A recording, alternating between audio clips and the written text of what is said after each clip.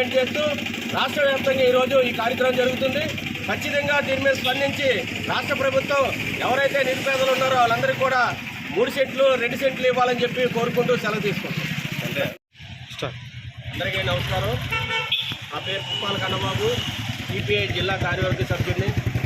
రాష్ట్రంలో ఎవరైతే నిరుపేదలు ఉన్నారో, ఇల్లు లేని పేదలు, వాళ్ళందరికీ కూడా గ్రామాల్లో 3 సెంట్లు, పట్టణాల్లో 2 సెంట్లు ఇవ్వాలని సిపిఐ పార్టీ డిమాండ్ చేస్తుంది.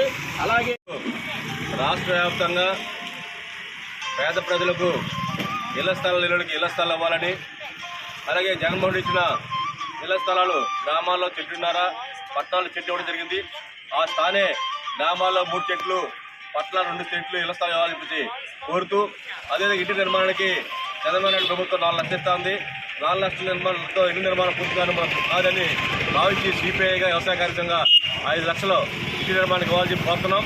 అలాగే ఇసుక, ఇటుక, సిమెంటు, ఐరన్, కంకర ఇన్ని కూడా ఉచితంగా ఇవ్వాలని చెప్పేసి కోరుతూ ఈరోజు రాష్ట్ర వ్యాప్తంగా ఆంధ్రప్రదేశ్ వ్యవసాయ కార్మిక సంఘం బీకేఎంయు, భారత కమ్యూనిస్ట్ పార్టీ సిపిఐ అన్ని సచివాలయాల దగ్గర లబ్ధిదారులతో దరఖాస్తులు ఇవ్వడం జరుగుతుంది.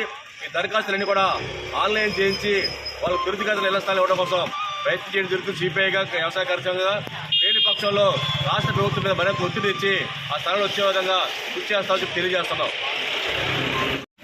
వ్యవసాయ కార్మిక సంఘం కార్యదర్శి, మండల కార్యదర్శి. ఎందుకంటే ఈరోజు కూటమి ప్రభుత్వం వచ్చింది. అలాగే గత ప్రభుత్వం 32 లక్షలు ఇల్లు ఇచ్చింది, ఆ పట్టాలు ఇచ్చారు. ఇల్లు మాత్రం ఎక్కడ పూర్తి అవ్వలేదు. అలాగే చంద్రబాబు నాయుడు గారు కూడా 2014లో అలాగే చెప్పారు. ఆ టిక్కీ ఇల్లు కూడా ఇప్పటికీ 3-4 సార్లు ధర్నాలు చేసాము. ఆ టిక్కీ ఇల్లు కూడా బాధ్యతలకు ఇంతవరకు అప్పచెప్పలేదు. అది చాలా ఘోరం. ఎందుకంటే ఆ ఇల్లు అప్పచెప్తే, అలాగే ఆ లబ్ధిదారులకి ఆ ఇళ్లలో ప్రవేశిస్తే నిజంగా అది ఎంతో కొంత ఇప్పటికే వాళ్ళు అద్దెల్లోనే ఉన్నారు. అలాగే ఈ 32 లక్షల ఇల్లు కూడా ఎక్కడ కట్టారు ఏంటంటే ఎవరికి అవ్వాలి తెలియదు. అందుకని ఏంటంటే తక్షణమే ఆ ఇల్లు కట్టిన ఇప్పుడు స్థలాలు ఇచ్చిన వాళ్ళందరికీ ఇల్లు కట్టించాలి.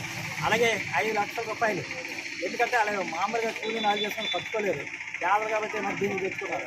అందుకని ఆ ఇల్లు స్థలాలు ఇవ్వటమే కాదు, కట్టడం కూడా బాధ్యత గవర్నమెంట్ తీసుకొని తక్షణమే వాళ్ళది ఇది వైఎస్ఆర్సీ లేకపోతే తెలుగుదేశం కాకుండా మొత్తం. ఎందుకంటే ఎక్కడ పేదోడు మాత్రం ఇల్లు వచ్చేవరకు వెనకాల కమ్యూనిస్ట్ పార్టీ, వ్యవసాయ కార్మిక సంఘం రాష్ట్ర వ్యాప్తంగా ఆందోళన కార్యక్రమం ఉధృతం చేస్తాం. ఏమైనా పరిశ్రమలు అయితే మాత్రం అమలు జరగాలని కోరుకుంటున్నాం.